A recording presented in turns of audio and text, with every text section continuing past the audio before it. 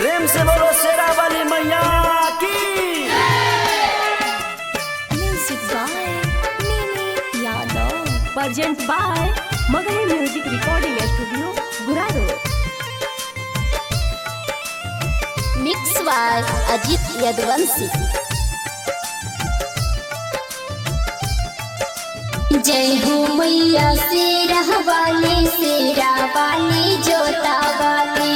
पूजवा के थलिया सजावाए सखी सब हाली हाली। पूजवा के थलिया सजावाए सखी सब हाली हाली। चढ़ी के रखवाया सखी मैया शेरा वाली। चढ़ी के रथवाया तहरी सखी मैया शेरा वाली। अरे उतर मई के घिया के बाती लेके सोना के थाली। चढ़ी के रथवाया तारी सखी मैया शेरा वाली। चढ़ी के रथवाया तहरी सखी मैया शेरा वाली।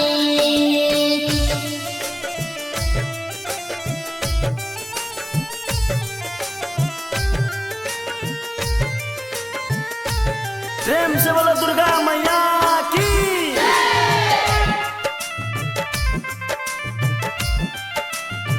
चढ़ी के रथवाया तहरी सखी मैया शेरा वाली।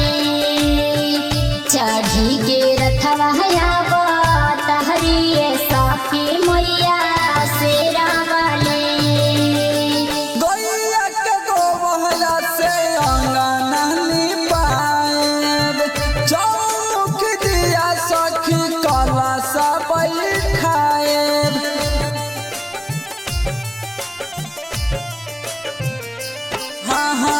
गैया के गोबहरा से अंगना निपाएब।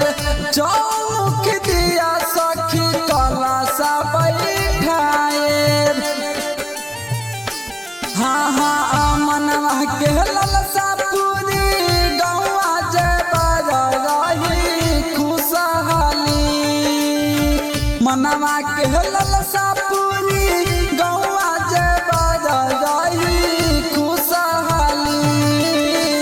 चढ़ी के रथवाया तारी सखी मैया शेरा वाली। चढ़ी के रथवाया तहरी सखी मैया शेरा वाली।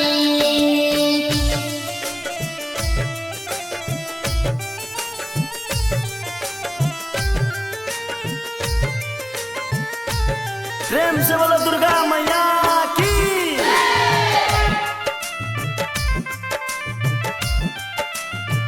चढ़ी के रथवाया तहरी सखी मैया शेरा वाली।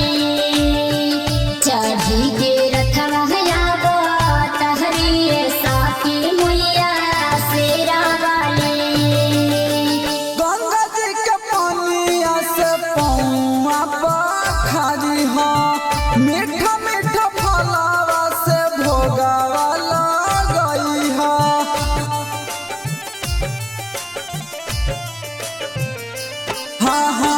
गंगा जी के पानिया से पौआ पखारी हो। मीठा मीठा फलावा से भोगावा लगई हो। अभिषेक हो जितला